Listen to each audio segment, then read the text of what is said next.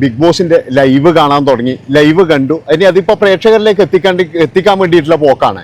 അതായത് നമ്മളിപ്പോൾ റൂമിന്റെ ഉള്ളിലിരുന്നിട്ട് വാർത്ത വായിക്കുന്ന പോലെ പറഞ്ഞു കഴിഞ്ഞാൽ നമ്മളെ പ്രേക്ഷകർക്ക് അതൊരു ഇഷ്ടം ഉണ്ടാവില്ല. അതുകൊണ്ട് തന്നെ എന്ന് പറഞ്ഞു കഴിഞ്ഞാൽ ഇങ്ങനെയുള്ള കാര്യങ്ങൾ ഔട്ട്ഡോറിലാവുമ്പോഴും നമുക്ക് കുറച്ചും കൂടി അതായത് ആ ഒരു കാര്യം കൃത്യമായിട്ട് അവതരിപ്പിക്കാൻ കഴിയും എന്നുള്ളതുകൊണ്ടാണ് ഈ ഔട്ട്ഡോറിലേക്ക് പോകുന്നത്.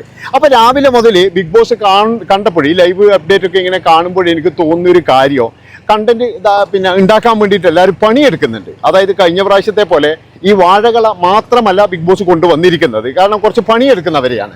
അതായത് പണിയെടുപ്പിക്കാൻ തന്നെയാണ് ബോസേട്ടൻ്റെ തീരുമാനം. അല്ലാതെ തീറ്റയും കൂടിയും കൊടുത്ത് അവിടെ എങ്ങനെ സുഖിച്ച് വാഴ്ന്നിട്ട് ഇങ്ങനെ എന്നൊന്നും പറയാനുള്ള ടീമൊന്നുമല്ല. നല്ല രീതിയിൽ പണിയെടുപ്പിക്കാൻ വേണ്ടിയിട്ട്. അതുപോലെ തന്നെ എന്ന് പറഞ്ഞാൽ പിന്നെ ചില കാര്യങ്ങളൊക്കെ ചെയ്യുമ്പോൾ നമുക്ക് തന്നെ ഇത് പ്രേക്ഷകർ പറഞ്ഞിട്ട് ചെയ്യുന്നതാണോ, ഇനി ചില പ്രേക്ഷകർ കമൻ്റൊക്കെ എഴുതുമ്പോൾ ആ കമൻറ്റ് കണ്ടിട്ട് അവരതൊരു മാറ്റം വരുത്താൻ വേണ്ടി ചെയ്യുന്നതാണോ എന്ന് പോലും എനിക്ക് തോന്നിയിട്ടുണ്ട്. അത് പറയാതിരിക്കുക വയ്യല്ല. അങ്ങനെയുള്ള ഒരുപാട് കാര്യങ്ങൾ ഈ ഒരു ബിഗ് ബോസിൽ നടക്കുന്നുണ്ട്. ഏതായാലും കഴിഞ്ഞ വർഷവും പിന്നെ ഭയങ്കരമായിട്ട് അവർക്ക് ഒരു എന്താ പറയണ്ടേ, ബിഗ് ബോസ് ശരിയല്ല അല്ലെങ്കിൽ ഒരുപാട് പ്രശ്നങ്ങൾ വന്നു എന്ന് പറയുമ്പോൾ ഈ വർഷം അതിനെതിരെ അതൊരു നല്ലതായിട്ട് എടുക്കാൻ വേണ്ടിയിട്ടും അവർ പിന്നെ ഒരു നല്ല ഇത് ചെയ്യുന്നുണ്ട് എന്നാണ് എനിക്ക് തോന്നിയിരിക്കുന്നത്. അതുകൊണ്ട് തന്നെ എന്ന് പറഞ്ഞാൽ നമുക്ക് ഇപ്പോഴും കാണാനൊരു ഇൻട്രസ്റ്റും ഉണ്ട്. വെറും അടിയും പിടിയല്ല. കഴിഞ്ഞ പ്രാവശ്യം എന്ന് പറഞ്ഞു കഴിഞ്ഞാൽ ശരിക്കും രതീഷൊക്കെ വെറുപ്പിച്ചിരുന്നു. ആദ്യം തന്നെ വന്നിട്ട് അനാവശ്യമായിട്ട് വെറുതെ ഓരോരോ കാര്യങ്ങൾ, അതായത് ആരോ പറഞ്ഞ് തിരികേറ്റി വിട്ടതുപോലെ. ഇപ്രാവശ്യം പക്ഷേങ്കിൽ അവർക്ക് കൃത്യമായിട്ട് ഓരോരോ കാര്യങ്ങൾ ചെയ്യാനും കൊടുക്കാനും ഒക്കെ എന്ന് പറഞ്ഞാൽ ആൾക്കാരുണ്ട് എന്നുള്ളതിൽ യാതൊരു സംശയവുമില്ല. അത് കൃത്യമായിട്ടുണ്ട്.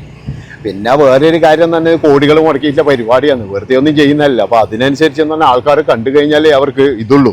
പിന്നെ ഇത് ഭയങ്കരമായിട്ട് ഇപ്പോൾ ജനപ്രീതിയിലേക്ക് വന്നിട്ടുണ്ട്. അതായത് ഇപ്പോൾ ഇതിന് ഒരുപാട് ഫാൻസും കാര്യങ്ങളൊക്കെ ഉണ്ട്. അതുകൊണ്ട് തന്നെ എന്ന് പറഞ്ഞാൽ ബിഗ് ബോസും ഇതിന് കൃത്യമായിട്ട് നല്ല ഇത് കൊടുക്കുന്നുണ്ടായിരുന്നു. കാരണം ലൈവ് കാണാനായാലും എപ്പിസോഡ് കാണാനായാലും ഒരു എന്താ പറയണ്ടേ, മുൻ വർഷങ്ങളിൽ ഇല്ലാത്ത ഒരുപാട് പ്രേക്ഷകരാണ് ഈ ഒരു വർഷത്തിൽ.